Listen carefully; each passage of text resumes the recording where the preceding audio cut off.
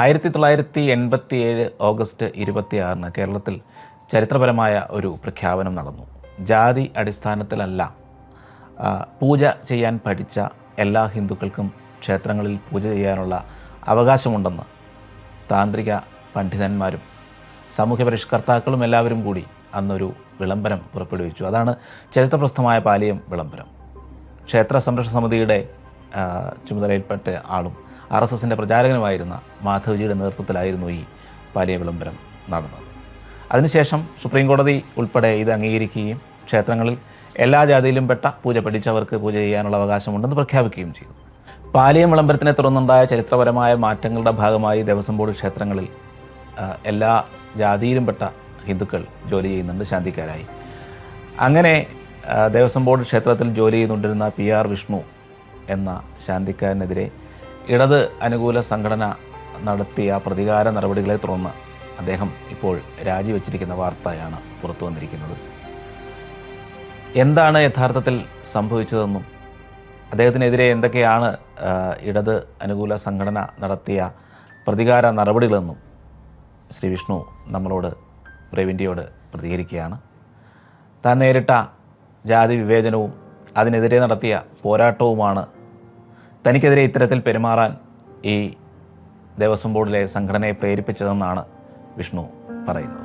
ഈ പ്രസാദം കൊടുക്കുന്ന സമയത്ത് നേരിട്ട് നമ്മളോട് ജാതി ചോദിക്കുകയും അപ്പം നമ്മുടെ ജാതി പറയുകയൊക്കെ ചെയ്തു. പറഞ്ഞിട്ട് ആ പ്രസാദം സ്വീകരിച്ചിട്ട് ആ പ്രസാദം അവിടെ താഴെ വെച്ചു. മനസ്സ് അവിടെ വെച്ച് തന്നെ നമ്മൾ തലറങ്ങി വീഴുകയൊക്കെ ചെയ്തു വരുന്നു. കാരണം നമ്മൾ പ്രതീക്ഷിക്കാതെ നമുക്ക് നേരിട്ടൊരു ആഘാതമാണത്. പിന്നെ പൂർണ്ണമായിട്ട് നമ്മുടെ പുറകിലുണ്ടായത് സംഘം തന്നെയായിരുന്നു. പലരും പറയും സാമ്പത്തികം പ്രതീക്ഷിച്ചിട്ടാണ്, പക്ഷേ സാമ്പത്തികം അല്ലായിരുന്നു. അത് ആ ദേവനോടുള്ള ഒരു ആത്മാർത്ഥത കൊണ്ടാണ്. എനിക്ക് തോന്നുന്നു ഞാൻ രാജിവെച്ച അന്ന് 13-ാം തീയതി വരെ എനിക്ക് സമാധാനമായിട്ട് കിടന്നുറങ്ങാൻ പറ്റില്ല. ഏത് തരത്തിലാണ് നമ്മളെ ദ്രോഹിക്കണേന്ന് പറയാൻ പറ്റില്ല. ഇപ്പോഴും വീട്ടിൽ ഇരിക്കുമ്പോൾ പേടിയാണ്.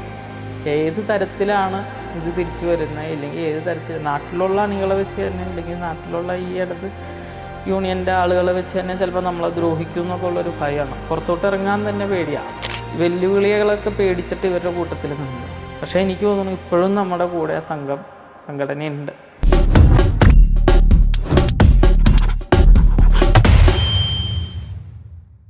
നമസ്കാരം. നമസ്കാരം. പൊതുവേ ഒരു സമുദായത്തിന് മാത്രം അവർ മാത്രം ചെയ്തുകൊണ്ടിരുന്നൊരു ജോലിയാണ് ഈ ക്ഷേത്രങ്ങളിലെ ശാന്തി എന്ന് പറയുന്നത്. അപ്പോൾ അവിടേക്ക് അങ്ങനെ ഒരു താല്പര്യത്തോടു കൂടി വിഷ്ണു കടന്നു വന്നു. അപ്പോൾ എങ്ങനെയാണ് ആ ഒരു താല്പര്യം ഉണ്ടാവുന്നത്, അങ്ങനെ ഒരു ശാന്തി ജോലിയിലേക്ക് വരാനുള്ള താല്പര്യം ഉണ്ടാവണ? ചെറുപ്പം മുതലേ അമ്പലങ്ങളിൽ പോവുക, പിന്നെ വീട്ടുകാരുടെ ആ ഒരു ബാക്ക്ഗ്രൗണ്ട് കാരണം അവരൊക്കെ ക്ഷേത്രത്തിൽ പോകുന്ന ഒരു ഇതൊക്കെയായിരുന്നു. അവരുടെ കൂടെ എല്ലാ ദിവസവും രാവിലെ എഴുന്നേറ്റ് അമ്പലത്തിൽ പോവുക. അമ്പലത്തിൽ പോയി കഴിയുമ്പോൾ നമ്മളുടെ അടുത്ത് തന്നെയുള്ള ക്ഷേത്രങ്ങളാണ് പോവാറ്. അപ്പോൾ പെട്ടെന്ന് മനസ്സിലേക്ക് നമുക്കൊരു ആഗ്രഹം വരികയായിരുന്നു. കാരണം ഭഗവാനെ, അല്ലെങ്കിൽ നമ്മൾ ആരാധിക്കുന്ന, അല്ലെങ്കിൽ നമ്മൾ വിശ്വസിക്കുന്ന ആ ദേവനെ പൂജിക്കാനൊരു ആഗ്രഹം പെട്ടെന്ന് ഉള്ളിലേക്ക് വരികയായിരുന്നു. അങ്ങനെ വീട്ടുകാരോടൊക്കെ ആഗ്രഹം പറഞ്ഞു. അപ്പോൾ വീടിൻ്റെ അടുത്ത് തന്നെയുള്ളൊരു മാരായിൽ ഭഗവതി ക്ഷേത്രം, എനിക്ക് തോന്നുന്നു ഒരു 6-ാം ക്ലാസ്സിലാണ് എനിക്ക് ഈ ഒരു ആഗ്രഹം ഉള്ളിൽ വരിക. ആ സമയത്താണ് വീടിൻ്റെ അടുത്ത് തന്നെ മാരായിൽ ഭഗവതി ക്ഷേത്രത്തിൽ അവിടെ ചെല്ലുക. അവിടെ ചെന്ന് തൊഴുതിട്ട് ഒരു ദിവസം തൊഴാൻ ചെല്ലുമ്പോഴാണ് ഇങ്ങനെ ഇത് അവിടുത്തെ ശാന്തിക്കാരനായിട്ട് അദ്ദേഹമായിട്ട് സംസാരിച്ചു. അദ്ദേഹം പറഞ്ഞു പഠിക്കാം, നമുക്ക് പൂജാവിധികളൊക്കെ പഠിക്കാം എന്ന് പറഞ്ഞു. അങ്ങനെ ആദ്യം ക്ഷേത്രത്തിലെ പരികർമ്മം, അമ്പലത്തിൽ മണിയടിക്കുക, പ്രസാദം കൊടുക്കുക, പിന്നെ തിടപ്പള്ളിയിലെ കാര്യങ്ങൾ, പായസം വയ്ക്കുക, അങ്ങനെയുള്ള കാര്യങ്ങളൊക്കെ പഠിച്ചു. 4 വർഷമൊക്കെ കഴിഞ്ഞതിന് ശേഷം ശ്രീകോവിലിൻ്റെ അകത്ത് കയറി പിന്നെ പൂജാപഠനം ആരംഭിച്ചു. പിന്നെ യഥാർത്ഥത്തിൽ പറയുക ഗുരുനാഥൻ അജിത്ത് എന്ന് പറയും, ചേർത്തലയുള്ള ശാന്തിക്കാരനാണ്. അന്ന് ആ ക്ഷേത്രത്തിലുണ്ടായ ശാന്തിക്കാരൻ. അദ്ദേഹത്തിൻ്റെ അടുത്ത് പഠിച്ചു. അദ്ദേഹം ആ ക്ഷേത്രത്തിൽ നിന്ന് മാറി ഇവിടെ അടുത്ത് എളമക്കര ഒരമ്പലത്തിൽ വന്നു. പിന്നെ അവിടെ നിന്ന് പഠിച്ചു. കുറേ നാൾ അവിടെ നിന്ന് പഠിച്ചതിന് ശേഷം ഉപനയനം, അദ്ദേഹത്തിൻ്റെ ആ ഒരു ഇതിൽ ഉപനയനം നടത്തി. പിന്നീട് ഒരുപാട് നാൾ അമ്പലത്തിൽ ഭഗവതിനെയും ഭഗവാന്മാരെ ഈശ്വരന്മാരെയൊക്കെ പൂജിച്ചു. അങ്ങനെ എന്തുകൊണ്ട് BA കണ്ടിന്യൂ ചെയ്ത് പഠിച്ചുകൊണ്ടിരിക്കുകയായിരുന്നു. സംസ്കൃതമായിരുന്നു. പിന്നെ വീട്ടിലുള്ള സാഹചര്യങ്ങളും കൊണ്ടും പിന്നെ കോളേജിലുള്ള ചില രാഷ്ട്രീയ ഇതൊക്കെ കൊണ്ടും മനസ്സിന് നമുക്കതൊന്നും തരണം ചെയ്യാനുള്ള ഇതൊക്കെ ഉണ്ടാവില്ല. പിന്നീട് അത് ഡ്രോപ്പപ്പായി. പിന്നെ പൂജാവിധിയിൽ യഥാർത്ഥത്തിൽ പൂജാവിധിയിലേക്ക് മാറി. അതിനുശേഷം ദേവസ്വം ബോർഡിലേക്ക് പരീക്ഷയ്ക്കുള്ള ആവശ്യമുള്ള കാര്യങ്ങളൊക്കെ പൊതുവായിട്ടുള്ള കാര്യങ്ങളൊക്കെ പഠിച്ചു. ദേവസ്വം ബോർഡിലേക്ക് പഠിക്കാൻ ആവണമെങ്കിൽ സർട്ടിഫിക്കറ്റ് വേണം എന്നൊക്കെ പറഞ്ഞു കഴിഞ്ഞപ്പോൾ നമ്മൾ തന്നെ ഒരു ഗുരുകൃപ എഡ്യൂക്കേഷൻ സെൻറ്റർ വൈക്കത്തായിരുന്നു, അവിടെ പോയി പഠിച്ച് അംഗീകാരമുള്ള തന്ത്ര സർട്ടിഫിക്കറ്റിന് വേണ്ടിയിട്ട് അവിടെ പോയി പഠിച്ചു. ഒരു പരീക്ഷയൊക്കെ നടത്തി മാർക്ക് ലിസ്റ്റൊക്കെ ഇട്ട് നമ്മളതിൽ പാസ്സായി. പിന്നെ നമുക്ക് സർട്ടിഫിക്കറ്റ് അനുവദിച്ചു, അവർ നമുക്ക് സർട്ടിഫിക്കറ്റ് തന്നു. പിന്നീട് ദേവസ്വത്തിൻ്റെ എക്സാമിൻ്റെ ലിസ്റ്റിലൊക്കെ വന്നു. അങ്ങനെ പരീക്ഷ എഴുതി കയറി, ഇൻ്റർവ്യൂ നടത്തി. അങ്ങനെയാണ് ദേവസ്വം ബോർഡിലേക്ക് കാലുവയ്ക്കുന്നത്. ദേവസ്വം ബോർഡിൽ ആദ്യം എവിടെയായിരുന്നു ആദ്യത്തെ ഒരു നിയമനം ഉണ്ടായത്? ആദ്യത്തെ നിയമനം എനിക്ക് തോന്നുന്നു എൻ്റെ ബർത്ത്ഡേയുടെ അന്നായിരുന്നു ജോയിൻ ലെറ്റർ വന്നത്. ആ സമയത്തെന്ന് വെച്ചാൽ വീടിൻ്റെ കുറച്ച് ദൂരം മാറിയിട്ട് ഒരു വാതുർക്കാവ് ക്ഷേത്രത്തിലായിരുന്നു അവർ നമ്മളെ ആക്കിയത്. അവിടെ ഭംഗിയായിട്ട് ജോലി ചെയ്യുമായിരുന്നു. ഇടയ്ക്കാണല്ലോ ആ ഒരു സംഭവം ഉണ്ടായത്, തത്തപ്പള്ളിയും. അതൊരു 2024 നവംബർ 10-ാം തീയതി അന്ന് പിറന്നാളായിരുന്നു, എൻ്റെ പിറന്നാളായിരുന്നു. അന്ന് ആ പിറന്നാൾ ദിവസം അവിടെ പകരം വ്യവസ്ഥയിൽ നമ്മൾ ഇങ്ങനെ വിളിക്കുമ്പോൾ പോവാറുണ്ട് പകരത്തിന് ശാന്തി കഴിക്കാനായിട്ട്. എന്തെങ്കിലും ഒരു അത്യാവശ്യം പറയുമ്പോൾ അവിടുത്തെ ശാന്തി മുടങ്ങാതിരിക്കാനായിട്ട് നമ്മളെ വിളിക്കുമ്പോൾ പോവാറുണ്ട്, ദേവസ്വമായിട്ട് ബന്ധപ്പെട്ടേന്. അപ്പം അങ്ങനെ പോയി അവിടുത്തെ അന്നത്തെ ദിവസം പൂജ കഴിഞ്ഞ് പ്രസാദം കൊടുക്കാൻ നേരത്താണ് സമീപവാസിയായിട്ടുള്ളൊരു പഴയ ഒരു ഉപദേശ സമിതിയിലെ അംഗം അദ്ദേഹം വരികയും നമ്മളോട് നേരിട്ട് ഈ പ്രസാദം കൊടുക്കുന്ന സമയത്ത് നേരിട്ട് നമ്മളോട് ജാതി ചോദിക്കുകയും അപ്പം നമ്മുടെ ജാതി പറയുകയൊക്കെ ചെയ്തു. പറഞ്ഞിട്ട് ആ പ്രസാദം സ്വീകരിച്ചിട്ട് ആ പ്രസാദം അവിടെ താഴെ വെച്ചു. സ്വീകരിക്കാതെ അദ്ദേഹം പോയി വാരരായിട്ട് അവിടുത്തെ ജോലിക്കാരനായിരുന്നു, മറ്റൊരു ജീവനക്കാരനായിട്ട് സംസാരിച്ചു. വളരെ ശബ്ദത്തിലായിരുന്നു. അന്ന് ആളുകളൊക്കെ തൊഴാനുണ്ടായിരുന്നു, കുറച്ച് പേര് അവിടെ അടുത്ത് തന്നെയുള്ള ആളുകളൊക്കെ. അവരുടെ മുമ്പിൽ വെച്ച് നമ്മൾ ആദ്യമായിട്ടാണ് ഇങ്ങനെ ഒരു കാര്യം. ഇതിനു മുമ്പും വീടിൻ്റെ അടുത്തൊരു ക്ഷേത്രത്തിലൊക്കെ പകരം വ്യവസ്ഥയിൽ പോയിട്ടുണ്ടെങ്കിലും ഒരു വർഷക്കാലം അവിടെയൊക്കെ നോക്കിയിട്ടുണ്ട് കാലയളവ്. അപ്പോൾ അവിടെ ഒന്നും നമുക്ക് അനുഭവപ്പെടാത്ത കാര്യങ്ങളായിരുന്നു. പിന്നെ അതിനെ ആ വാര്യരുടെ അടുത്തെന്ന് പറയും, ഈ ജാതിയിൽപ്പെട്ട ആളുകളെയാണോ ശ്രീകോവിലിൽ കയറ്റണേ? ഇങ്ങനെ ഒരാളായിരുന്നെങ്കിൽ എന്നോട് മുൻകൂർ ഒന്ന് വിളിച്ച് പറയായിരുന്നല്ലോ, ഞാൻ വരില്ലായിരുന്നു എന്നൊക്കെ അദ്ദേഹം മനസ്സിലായിട്ട് നമ്മളെ തളർത്താവുന്ന രീതിയിൽ ആളുകളുടെ മുമ്പിൽ നമ്മൾക്ക് ഒരു വലിയൊരു ഷോക്കായിപ്പോയി. ഈ കാലഘട്ടത്തിലും അങ്ങനെ നേരിട്ടുക എന്ന് പറഞ്ഞു. പിന്നെ അതിനെ സംബന്ധിച്ച് നമ്മൾ അവിടെ വെച്ച് തന്നെ നമ്മൾ തലറങ്ങി വീഴുകയൊക്കെ ചെയ്തിരുന്നു. കാരണം നമ്മൾ പ്രതീക്ഷിക്കാതെ നമുക്ക് നേരിട്ടൊരു ആഘാതമാണ് അത് താങ്ങാനുള്ള ഒരു മനഃശക്തി പോലും ഉണ്ടായില്ല. അപ്പോൾ അതിനെ തുടർന്ന് അദ്ദേഹമായിട്ട് സംസാരിച്ചു. അദ്ദേഹം ഈ വാര്യരായിട്ട് വന്നു, അയാൾ വന്നു എഴുന്നേൽപ്പിക്കുകയൊക്കെ ചെയ്തു. കാരണം അത്രയും മനോവിഷമമായിരുന്നു അദ്ദേഹം. പിന്നീട് നമ്മൾ കേസിലോട്ട് പോകാനെന്ന് പറഞ്ഞാൽ ഈ കാലഘട്ടത്തിൽ ഇങ്ങനെയുള്ള ആളുകളെ നമ്മൾ സമൂഹത്തിന് മുമ്പിൽ കാണിക്കാനും നിയമപരമായിട്ട് അദ്ദേഹത്തെ നേരിടാനും വേണ്ടിയിട്ടായിരുന്നു കേസിന് പോയിട്ട് ആദ്യമേ ഞാൻ പറഞ്ഞിരുന്നു അദ്ദേഹത്തോട്. ഒത്തീർപ്പിന് വിളിച്ച് കഴിഞ്ഞപ്പോഴും ഞാൻ പറഞ്ഞു, ഇങ്ങനെ സ്റ്റേഷനിൽ വെച്ച് സംസാരിച്ച് കഴിഞ്ഞപ്പോൾ ഞാൻ പറഞ്ഞു, കേസ് മുൻപോട്ട് പോകാനാണ് എനിക്ക് താല്പര്യം. അപ്പോൾ പോലീസുകാരൻ അദ്ദേഹം പറഞ്ഞു, ഒത്തുതീർപ്പാക്കി നമുക്ക് പോകണമെങ്കിൽ എന്താ ചെയ്യേണ്ടതെന്ന് വെച്ചു. അപ്പോൾ ഞാൻ പറഞ്ഞു, അത് ആ ഭഗവതിയുടെ മുമ്പിൽ വെച്ച് വന്നിട്ടൊരു മാപ്പ് പറഞ്ഞാൽ മതി, ആളുകളൊന്നും കൂട്ടണ്ട. ഞാനും ആ ഭഗവതി നിൽക്കുമ്പോൾ ആ ഭഗവതിയുടെ മുമ്പിൽ, സത്യം പറഞ്ഞാൽ നമ്മളെ മാത്രമല്ല ആ ദേവതേനെ പോലെ അപമാനിക്കുന്ന തരത്തിലാണ് അയാളുടെ സംസാരം. അപ്പോൾ ഞാൻ പറഞ്ഞു, ആ ഭഗവതിയുടെ മുൻപിൽ വെച്ചൊന്ന് മാപ്പ് പറഞ്ഞാൽ മതി എന്ന് പറഞ്ഞിട്ട് അദ്ദേഹം എനിക്ക് തോന്നുന്നു ആ സമയത്ത് ഭയങ്കര രോഷാകുലനായിട്ട് നമ്മളോട് പറഞ്ഞു, ഞാൻ മാപ്പൊന്നും പറയൂല, ഞാൻ ഇതിനെതിരെ മാനനഷ്ടത്തിന് കേസ് കൊടുക്കും എന്നൊക്കെ പറഞ്ഞു. ഞാൻ പറഞ്ഞു ആയിക്കോട്ടെ. അപ്പോൾ കൂടെ ഉണ്ടായ പോലീസുകാരനും പറഞ്ഞു എന്നാൽ അങ്ങനെ തന്നെ മുൻപോട്ട് പോകാമെന്ന് പറഞ്ഞു. പിന്നെ അന്ന് എനിക്ക് തോന്നുന്നു അന്ന് രാത്രി FIR ഇടുകയായിരുന്നു. പിന്നെ അതിനുശേഷം അദ്ദേഹം വീട്ടിൽ വന്നു, കാലൊക്കെ പിടിക്കാനൊക്കെ വന്നു.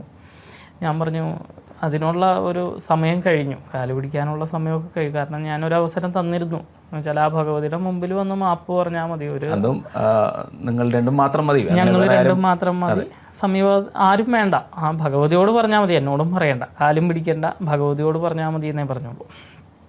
പക്ഷേ ഇതിനെ തുടർന്ന് ഈ കേസ് മുൻപോട്ട് പോകുന്ന സമയത്തും ആ ക്ഷേത്രത്തിലെ തന്ത്രിമാരായ വേഴപ്പറമ്പ് വന തിരുമേനിമാർ അവർ എനിക്ക് തോന്നുന്നു അവർ പൂർണ്ണമായിട്ട് നമ്മളെ സപ്പോർട്ട് ചെയ്ത ആളുകളാണ്. ആ സമയത്ത് ആരൊക്കെ എങ്ങനെയുണ്ടായിരുന്നു പൊതുസമൂഹത്തിൻ്റെ പിന്തുണ എങ്ങനെയാണ്? പൊതുസമൂഹത്തിൻ്റെ പിന്തുണ എന്ന് പറഞ്ഞാൽ ഈ കാലയളവിൽ ഇങ്ങനെ ഒരു കാര്യങ്ങൾ നേരിട്ടതിന് പൂർണ്ണമായിട്ട് സംഘം രാഷ്ട്രീയമന്യേ പല വ്യക്തികളും വിളിച്ച് സംസാരിച്ചിരുന്നു. കാരണം ഇങ്ങനെ തന്നെ മുൻപോട്ട് പോകണം, കേസുമായിട്ട് തന്നെ മുൻപോട്ട് പോകണം. പിന്നെ പൂർണ്ണമായിട്ട് നമ്മുടെ പുറകിലുണ്ടായത് സംഘം തന്നെയായിരുന്നു. എനിക്ക് തോന്നുന്നു ഗോപാലകൃഷ്ണേട്ടനൊക്കെ നമ്മളെ VHPയുടെ ഈ പാവക്കുളം ക്ഷേത്രത്തിലൊക്കെ വിളിച്ച് ആദരിച്ചിരുന്നു അദ്ദേഹമൊക്കെ. പിന്നെ അന്ന് ആ മനയ്ക്കലെ വേഴപ്പറമ്പ് മനയ്ക്കലെ തിരുമേനിമാർ പലരും വിളിച്ച് സംസാരിച്ചിരുന്നു. പിന്നെ അമ്മയുടെ വാസുദേവൻ തിരുമേനി വീട്ടിൽ വന്നിരുന്നു. അദ്ദേഹമൊക്കെ നമുക്ക് ഒരു പ്രചോദനം തന്നിരുന്നു. മുൻപോട്ട് വയ്ക്കുന്ന കാല് പിൻപോട്ട് വയ്ക്കാതെ ഇതിനെതിരെ പോരാടണം എന്ന് പറഞ്ഞ് നമുക്ക് പ്രചോദനം തന്നിരുന്നു. അത് പൂർണ്ണമായിട്ടും സംഘടനാതരത്തിലും പിന്നെ അല്ലാതെ ഒരുപാട് പേര് വ്യക്തിപരമായിട്ട് നമ്മളെ ഇഷ്ടപ്പെടുന്ന ആളുകൾ രാഷ്ട്രീയ ഭേദമന്യേ നമ്മളുമായിട്ട് സംസാരിച്ചിരുന്നു. പിന്നെ നമ്മുടെ സമുദായത്തിലുള്ള ആളുകളൊക്കെ അതിനു വേണ്ടിയിട്ട് പ്രതിഷേധങ്ങളൊക്കെ ഉയർത്തിയിരുന്നു. പൂർണ്ണമായിട്ട് നമുക്കൊരു സമൂഹത്തിലൊരു കൂടുതലും 90% ആളുകളും സപ്പോർട്ടായിരുന്നു, പിന്തുണ തന്നു. അതെ അതെ. അതിനുശേഷമാണ് ഈ ഒരു കേസും ഇപ്പോഴത്തെ ഒരു ഇതുമായിട്ട് എന്തെങ്കിലും ബന്ധമുണ്ടോ? അതിൻ്റെ ഒരു പ്രശ്നങ്ങൾ ഇപ്പോഴും നിലനിൽക്കുന്നുണ്ടോ? അതാണോ? ഇപ്പോഴും നിലനിൽക്കുന്നുണ്ട്. കാരണം ഞാൻ ഈ ദേവസ്വം ബോർഡിൽ കയറിയ സമയത്ത് വീടിൻ്റെ അടുത്ത് തന്നെ ഞാൻ മുൻപ് പകരം ഈ ദേവസ്വത്തിൽ മെമ്മോയും ഈ ജോയിൻറ്റ് മെമ്മോ ഒക്കെ വരുന്നതിന് മുൻപ് തന്നെ ഞാൻ അവിടെ വീടിൻ്റെ അടുത്ത് ശാന്തിയിലാവണം ഒഴിവായതുകൊണ്ട് ദേവസ്വം ബോർഡിൻ്റെ ഉദ്യോഗസ്ഥരൊക്കെ ആലോചിച്ച് അവിടെ ശാന്തി കഴിക്കാനായിട്ട് നിന്നിരുന്നു. ഒരു 1.5 വർഷം അവിടെ നിന്നിരുന്നു. നീർക്കോഴി ശിവക്ഷേത്രത്തിൽ. ആ ശിവക്ഷേത്രത്തിൽ കാര്യങ്ങളൊക്കെ ഭംഗിയായിട്ട് നോക്കി യാതൊരുവിധ പരാതികളില്ലാതെ ഭംഗിയായിട്ട് തന്നെ നാട്ടുകാരുമായിട്ട് നമുക്ക് സപ്പോർട്ട് ചെയ്തു. ദേവസ്വം ബോർഡിൻ്റെ രീതികൾ എന്താണോ അതനുസരിച്ച് കാര്യങ്ങൾ ചെയ്തു പോയിരുന്നേ പറയാറുള്ളൂ. അപ്പോൾ എന്ന് വെച്ച് കഴിഞ്ഞാൽ ഞാൻ ആ ഭഗവാനോടും അത്രേ, നമ്മുടെ നാട്ടിലെ തേവരാണ്, ആ ഭഗവാനോടും അത്രേ ഒരുപാട് കടപ്പാടുകളുണ്ട്. എന്ന് വെച്ചാൽ ഒന്നും എനിക്ക് തോന്നുന്നു ആ ക്ഷേത്രത്തിലാണ് രാകേഷ് തന്ത്രികൾ ആദ്യമായിട്ട് പറവൂർ രാകേഷ് തന്ത്രികൾ ആദ്യമായിട്ട് ബ്രാഹ്മണ ശാന്തിക്കാരെ നിയമിച്ചത് ആ ക്ഷേത്രത്തിലാണ്. അതും ഇതേപോലെ തന്നെ നമുക്കും അവിടെ ആ ഭഗവാനെ പൂജിക്കാനായിട്ട് ഒരു ഭാഗ്യം കിട്ടുക, അത് ഭയങ്കര ഒരു പ്രചോദനമായിരുന്നു. പിന്നീട് അവിടെ നിന്നിട്ടാണ് നമുക്ക് ജോലിയിൽ പ്രവേശിക്കാൻ സാധിച്ചത്. അത്രയും അടുപ്പം മനസ്സുകൊണ്ടും, നമ്മൾ പറയില്ലേ ഒരു പൂവ് അറിഞ്ഞിടുക എന്ന് പറഞ്ഞു കഴിഞ്ഞാൽ അത്രയും നമുക്ക് അതിനുകൊണ്ട് ഗുണങ്ങളുണ്ടായിട്ടുണ്ട്.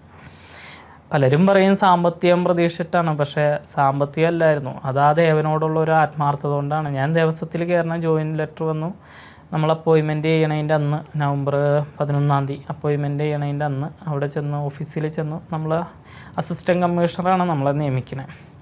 അന്ന് അവിടെ ചെന്ന സമയത്ത് നമ്മൾ ഒരു അപേക്ഷ പ്രകാരം പറഞ്ഞു വീടിൻ്റെ അടുത്തുള്ള ആ ക്ഷേത്രം പാർട്ട് ടൈം ശാന്തി പോസ്റ്റായിരുന്നു, അവിടെ ലാവണം ഒഴിവാണ്, ആരും നിലവിൽ അവിടെ ചോദിച്ചിട്ടുമില്ല, ഇപ്പോഴും ആ ലാവണം ഒഴിവാണ്.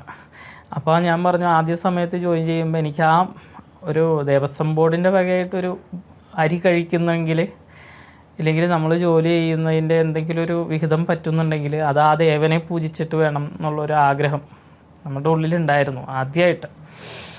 അപ്പോൾ അപ്പോഴും ഞാൻ പറഞ്ഞു ഒരു ദിവസം അവിടെ ശാന്തി കഴിച്ചാൽ മതി ഡിപ്പാർട്ട്മെൻറ്റിൻ്റെ സ്റ്റാഫായിട്ട്. അപ്പോൾ ആ അഭ്യർത്ഥനയൊക്കെ അവർ ലംഘിച്ചിട്ടാണ് ഒരു പരാതികൾ എനിക്ക് നിലവിൽ 2 അവിടെ ഉണ്ടെന്ന് പറഞ്ഞു, നിലവിൽ 2 പരാതികൾ. അപ്പോഴും ഞാൻ കാല് പിടിച്ച് പറഞ്ഞു, കാരണം ആ പരാതികൾ സത്യമല്ല, വ്യാജമാണ്, കാരണം അതിനെ കുറിച്ച് അന്വേഷിക്കണം മാഡം, അല്ലാതെ അത് സ്വീകരിക്കരുതെന്നൊക്കെ പറഞ്ഞു. പിന്നീട് അവരെന്നോട് പറഞ്ഞു ഒരു അപേക്ഷ എഴുതി കൊടുത്തോളൂ, അവിടേക്ക് ഒരു അപേക്ഷ എഴുതി കൊടുത്തോളൂ, ഇപ്പോൾ പോസ്റ്റ് ചെയ്യുന്ന അമ്പലത്തിൽ പോയി ചാർജ് എടുക്കേണ്ടി വരുമെന്ന് പറഞ്ഞു. അപ്പം ഞാൻ പറഞ്ഞു നിലവിൽ വേറെ 2 വേക്കൻസിയും കൂടി ഉണ്ടായിരുന്നു അവിടെ വീടിൻ്റെ അടുത്ത് തന്നെ. അപ്പം ഞാൻ പറഞ്ഞു അവിടെ രാവിലെ മാത്രമേ ഉള്ളൂ, വൈകുന്നേരം എനിക്ക് ഈ ഭഗവാന്റെ അടുത്ത് വന്ന് തൊഴാലോ, അതുദ്ദേശിച്ചാണ് നമ്മളത് ചോദിച്ചത്. അപ്പോൾ അവർ പറഞ്ഞു അവിടെ തരാൻ പറ്റില്ല, ഇപ്പോൾ എഴുതിയിരിക്കുന്ന അമ്പലം ഏതാണോ അവിടെ പോകണം എന്ന് നിർബന്ധം കട്ടായം പോലെ നമ്മളോട് പറഞ്ഞു.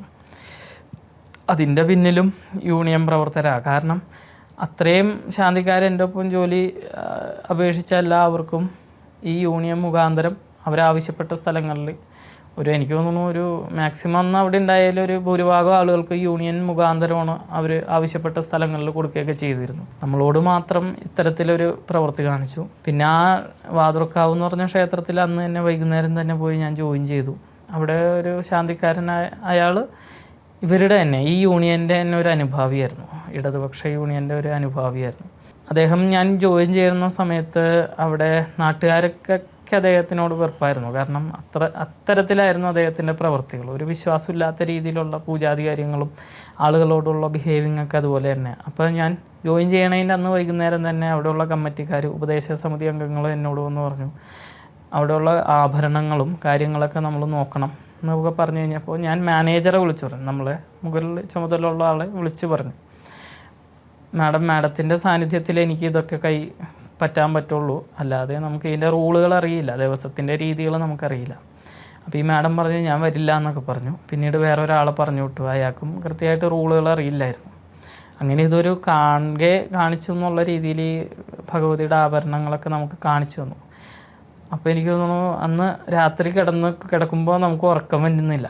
കാരണം ഇത്തരത്തിൽ പല സ്ഥലങ്ങളിലും ഉണ്ട് ഇങ്ങനെ ആഭരണങ്ങൾ കട്ടുകൊണ്ട് പോവുകയും അതൊക്കെ കേൾക്കുന്ന സമയം, ശബരിമലയിലെ വിഷയമൊക്കെ കത്തി നിൽക്കുന്ന സമയമാണ് ആ സമയത്ത്. പിന്നെ അടുത്ത ദിവസം വന്നു കഴിഞ്ഞപ്പോൾ ഞാനൊരു തട്ടാനെ വിളിച്ചു വരുത്തിയിട്ട് അവിടെ വന്ന് നോക്കിച്ചു കഴിഞ്ഞപ്പോൾ ആ മാലകളിൽ, ആഭരണങ്ങളിൽ 2 മാല മുക്കുവണ്ടമായിരുന്നു. ഈ മുക്കുവണ്ടായ മാലകൾ എനിക്ക് തോന്നുന്നു നാട്ടുകാർ തന്നെ എന്നോട് പറഞ്ഞിരുന്നു അതൊന്ന് നോക്കണം, ശ്രദ്ധിക്കണം എന്ന് പറഞ്ഞിരുന്നു. അത് ഞാൻ ഇവർക്ക് റിപ്പോർട്ട് ചെയ്തു, മാനേജർക്ക് റിപ്പോർട്ട് ചെയ്യുകയും മാനേജർ കളവ് നടന്നിട്ടുണ്ട്, എനിക്ക് ഏൽപ്പിച്ച മാലകളിൽ 2 മുക്കുവണ്ടമാണ്, അത് വേണ്ട നടപടികൾ എടുക്കണം എന്ന് ഞാൻ മാനേജറെ വിളിച്ച് പറഞ്ഞു. എനിക്ക് 2 ദിവസത്തോളം വിളിച്ച് അതിൻ്റെ പുറകെ നടന്നു. അപ്പോൾ പിന്നീട് അവരൊരു കേസ് കൊടുക്കുകയും ആ കേസിനെ തുടർന്ന് അന്വേഷണം നടത്തുക എന്ന് വെച്ചാൽ ഇവർ തന്നെ ഡിപ്പാർട്ട്മെൻറ്റ് തന്നെ അന്വേഷണം, ആ പഴയ ശാന്തിക്കാരനെ വിളിച്ചു വരുത്തുകയും അയാൾ 2 മാലകൾ മേടിച്ചു കൊടുക്കുകയൊക്കെ ചെയ്തു. അത് സ്റ്റേഷനിൽ വെച്ച് അപ്പോഴും CI ചോദിച്ചു, കേസായിട്ട് മുന്നോട്ട് പോകണം, കാരണം ഇത്തരത്തിലുള്ള പ്രവൃത്തികൾ ചെയ്യുന്ന ആളുകളെ അറസ്റ്റ് ചെയ്യേണ്ടി വരും, നിയമപരമായിട്ടുള്ള എങ്ങനെയാണോ ആ രീതിക്ക് പോകാമെന്നൊക്കെ പറഞ്ഞു കഴിഞ്ഞപ്പോൾ ഉദ്യോഗസ്ഥന്മാരത് ഒതുക്കി തീർക്കുകയായിരുന്നു. എന്നിട്ട് ഈ മാല വാങ്ങിച്ചു കൊടുക്കുകയായിരുന്നു തിരിച്ച്? അയാൾ മേടിച്ചു കൊടുത്തു. അങ്ങനെ ഒരു നാടകീയ മുഹൂർത്തം ഉണ്ടാക്കി അവിടെ.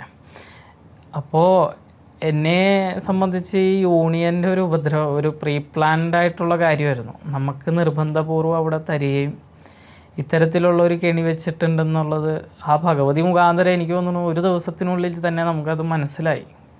ഇല്ലെങ്കിൽ നാളെ ഒരിക്കലും ഇയാൾ അവിടെ പകരം വരും, ഞാനാണ് ആ മാല കട്ടുകൊണ്ട് പോയതെന്ന് ഒരു പ്രസ്താവന ഇറക്കി കഴിഞ്ഞ് കഴിഞ്ഞാൽ എനിക്ക് തോന്നുന്നു ഇയാൾക്ക് അത്രയും സംരക്ഷണം കൊടുത്ത ആ ഒരു, ഇല്ലെങ്കിൽ ആ കേസ് ഒത്തുതീർപ്പാക്കാൻ കാണിച്ച ആ ഒരു മനസ്ഥിതി നമ്മളോട് കാണിക്കില്ല.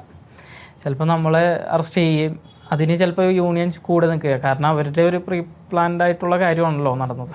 എങ്ങനെയെങ്കിലും എന്നെ ഉപദ്രവിക്കുക എന്നുള്ളതായിരുന്നു.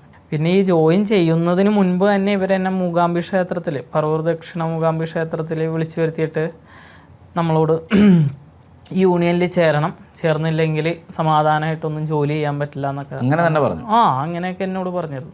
അന്ന് കൂടെ ഉണ്ടായത് എനിക്ക് തോന്നുന്നു ഇവരുടെ തന്നെ അനുഭാവികളായിരുന്നു ഭൂരിഭാഗം ആളുകൾ, ഒരു 4-5 പേരുണ്ടായിരുന്നു. അവർ ചുറ്റിന് നിന്നിട്ടാണ് നമ്മളോട് പറയുന്നത് അവരുടെ യൂണിയനിൽ ചേർന്നില്ലെങ്കിൽ നമുക്ക് സമാധാനമായിട്ട് ജോലി കിട്ടും. കാരണം ഈ സംവരണത്തിൻ്റെ ഇതിൽ വരുമ്പോൾ എന്തായാലും എനിക്ക് ജോലി കിട്ടുമെന്ന് ഉറപ്പായിരുന്നു അവർക്ക്.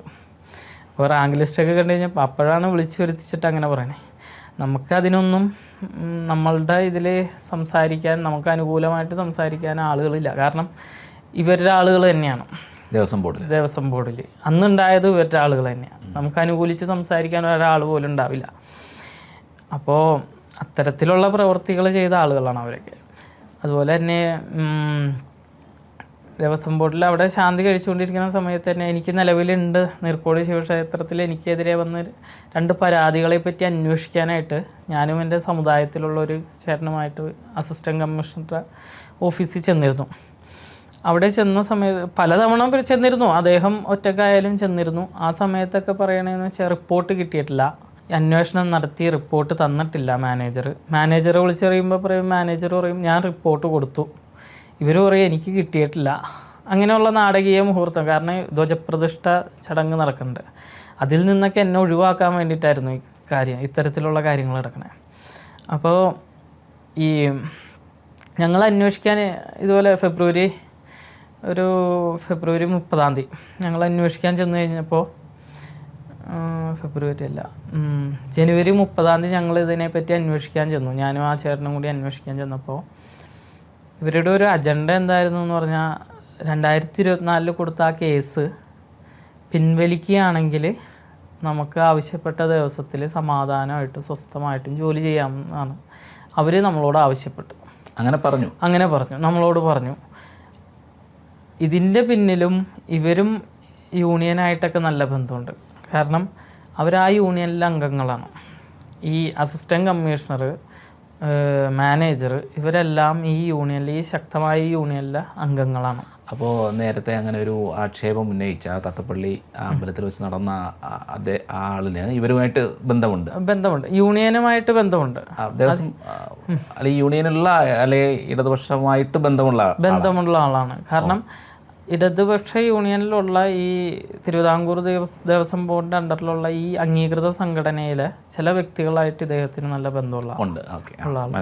അപ്പോൾ അവർ മുഖാന്തരമാണ് ഈ അസിസ്റ്റൻറ്റ് കമ്മീഷണർ നമ്മളോട് ഇത് പറയുന്നത്. കാരണം അവർക്ക് നമ്മളോട് വ്യക്തിവൈരാഗ്യം വരേണ്ട കാര്യമില്ല. കാരണം അവർ, എനിക്ക് തോന്നുന്നു, തൃശ്ശൂരുകാരിയാണ്. അവർക്ക് നമ്മളോട് ഇത്തരത്തിലുള്ള വ്യക്തിവൈരാഗ്യം വരേണ്ട കാര്യമില്ല. പക്ഷേ ഇവരെ ഇങ്ങനെ പറഞ്ഞ പ്രഷർ, എനിക്കെതിരെ 2 വ്യാജ പരാതികളുണ്ടെന്നും ഇങ്ങനെയുള്ള ഒരു മറ്റേ ആളെ സംരക്ഷിക്കാൻ വേണ്ടി ആ കേസ് ഒത്തുതീർപ്പാക്കാനും പിന്നെ ഈ കേസ് പിൻവലിക്കാനും അതിനൊക്കെ ഇവരെ പ്രഷർ ചെയ്യുന്നത് ഈ സംഘടനയാണ്. അപ്പോൾ ഈ സംഘടനയുടെ ഉള്ള ആളുകളുടെ പ്രഷർ മൂലമാണ് നമുക്ക് എങ്ങനെയെങ്കിലും ഈ നീർക്കോടി ശിവക്ഷേത്രത്തിൽ തരാതിരിക്കുക. അതാണ് ഇവരുടെ ഉദ്ദേശം. അപ്പോൾ ഈ ധ്വജപ്രതിഷ്ഠാ കാര്യങ്ങളിൽ നമ്മളെ പങ്കെടുപ്പിക്കരുതെന്ന് വരെയും നാട്ടിലുള്ള കുറച്ച് ഈ ഉപദേശ സമിതിയിലുള്ള ആളുകളുടെ അടുത്ത് ഇവരുടെ നിർദ്ദേശങ്ങളുണ്ടായി. ഈ യൂണിയൻ്റെ ഈ ധ്വജപ്രതിഷ്ഠാ കാര്യങ്ങളിലൊന്നും നമ്മളെ അവിടെ അടുപ്പിക്കരുത്. അതെനിക്ക് തോന്നുന്നത് ആ ഒരു കേസുമായിട്ട് മാല അതുപോലെ തന്നെ മറ്റേ കേസ് ഇതൊക്കെ ആയിട്ട് ബന്ധപ്പെട്ട് നമ്മളിതൊക്കെ കണ്ടുപിടിച്ചത് കൊണ്ടും ഇതിനെതിരെയൊക്കെ പോരാടിയത് കൊണ്ടാണ് നമ്മളോട് ഇത്രയും വൈരാഗ്യം.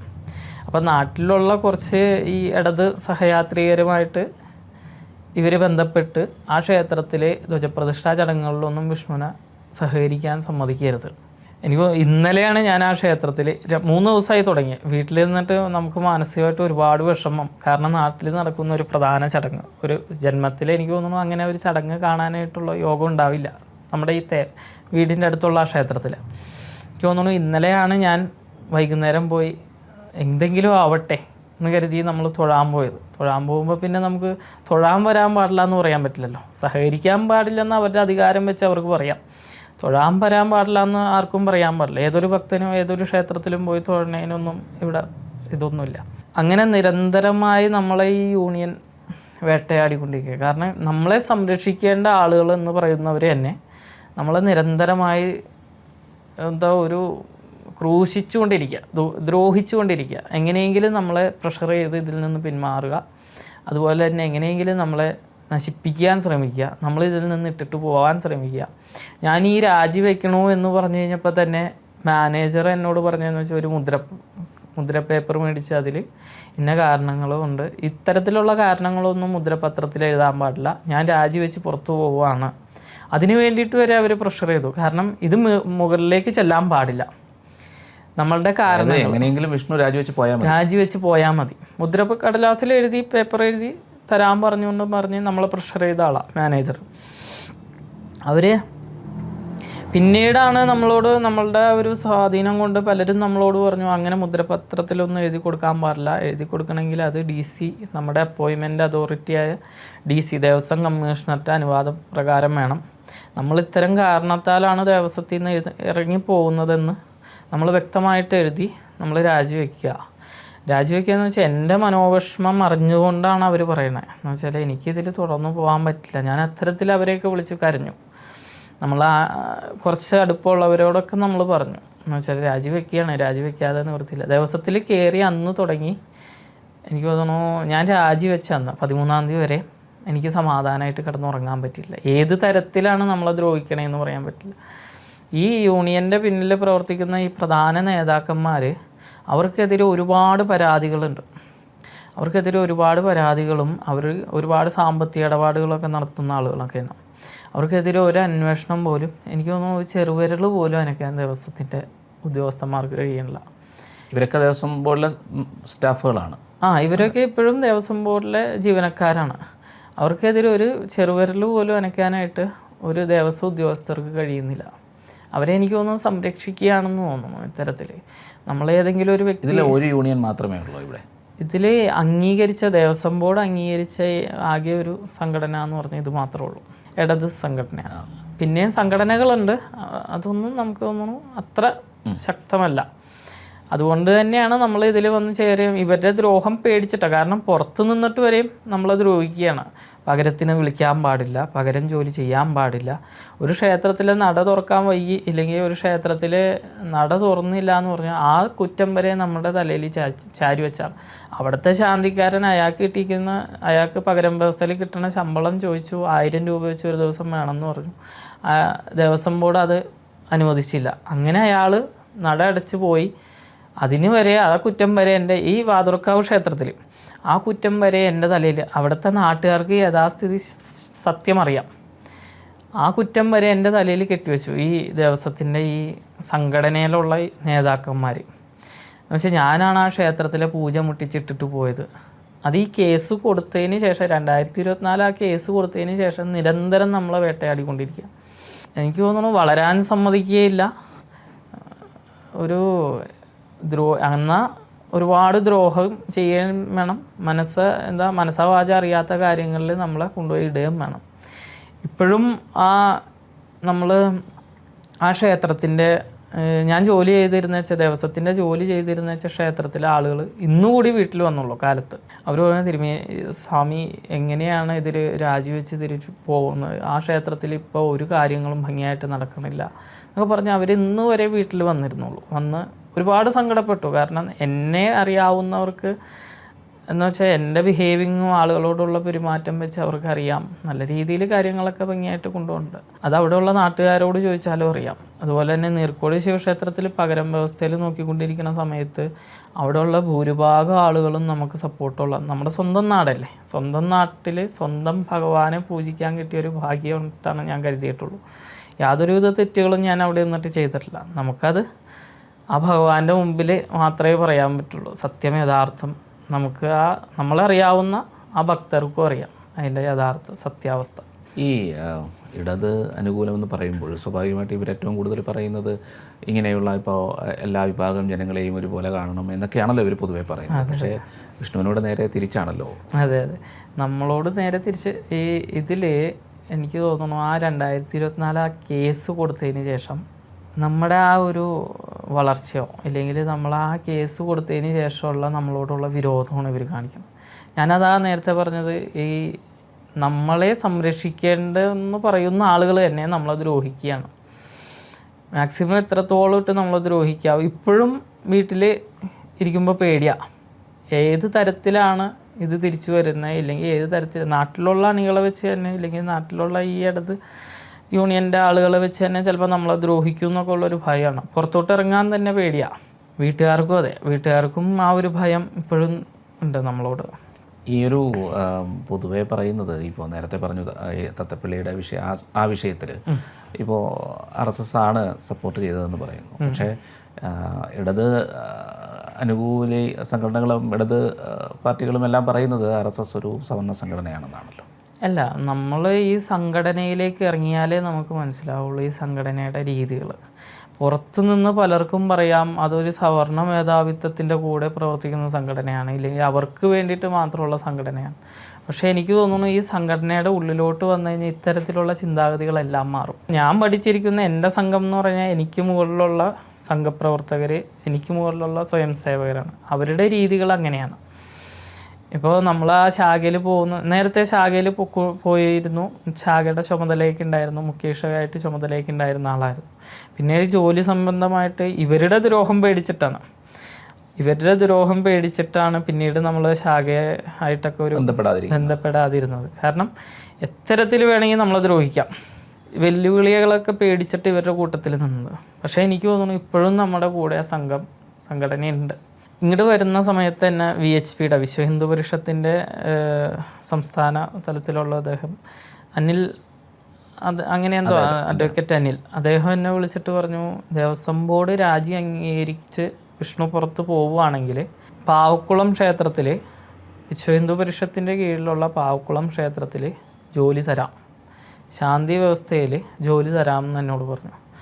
അപ്പം ഞാൻ അദ്ദേഹത്തോട് പറഞ്ഞ് നമുക്ക് ഇപ്പോൾ ഒരു പോരാട്ടത്തിലാണ്. ഇല്ലെങ്കിൽ നമ്മൾ ആ അധർമ്മത്തിനെതിരെ, നമ്മളോട് കാണിച്ച ആ ഒരു പ്രവൃത്തിക്കെതിരെ നമ്മൾ പോരാടിക്കൊണ്ടിരിക്കുകയാണ്. അതിന് യഥാസ്ഥിതി നാളെ ദേവസ്വം കമ്മീഷണർ വിളിച്ച് കഴിയുമ്പോൾ ഇത്തരത്തിലുള്ള കാര്യങ്ങൾ ബോധിപ്പിച്ചിട്ട് നമ്മൾ കാര്യം വ്യക്തമായിട്ട് പറഞ്ഞിട്ട് നമ്മൾ വീണ്ടും സർവീസിൽ കയറണം എന്നാണ് ആഗ്രഹം. എന്നുവെച്ചാൽ ഇത്തരത്തിലുള്ള ഈ ദുഷ്ടശക്തികൾ അല്ലെങ്കിൽ ക്രിമിനലുകളെ നമ്മൾ സമൂഹത്തിന് മുൻപിൽ തുറന്നു കാണിക്കും. മാത്രമല്ല, ഈ ദേവസ്വം ബോർഡ് എന്ന് പറയുന്ന ആ ഒരു ഇതിൽ വഴി പലരും ദേവസ്വം ബോർഡ് എന്നുള്ള ഇതിനപ്പുറം അതിൽ പല ആളുകളും ഈ ഹിന്ദുക്കൾക്കും അല്ലെങ്കിൽ ക്ഷേത്രങ്ങൾക്കും നല്ല കാര്യങ്ങളൊക്കെ ഒന്നും ചെയ്യാതെ പലരും വെള്ളാനകളായി മാറുന്നൊരു സാഹചര്യം പൊതുവെ കാണുന്നുണ്ടല്ലോ. ശബരിമലയിലും ഒക്കെ നമ്മളിപ്പോൾ കണ്ടു. അപ്പോൾ അങ്ങനെയുള്ള കാര്യങ്ങൾ ഇതൊന്ന് ശുദ്ധീകരിക്കപ്പെടാനുള്ള സാഹചര്യം എന്തെങ്കിലും നമുക്ക് ചെയ്യാൻ കഴിയുന്നത് നമ്മൾ ചെയ്യുക.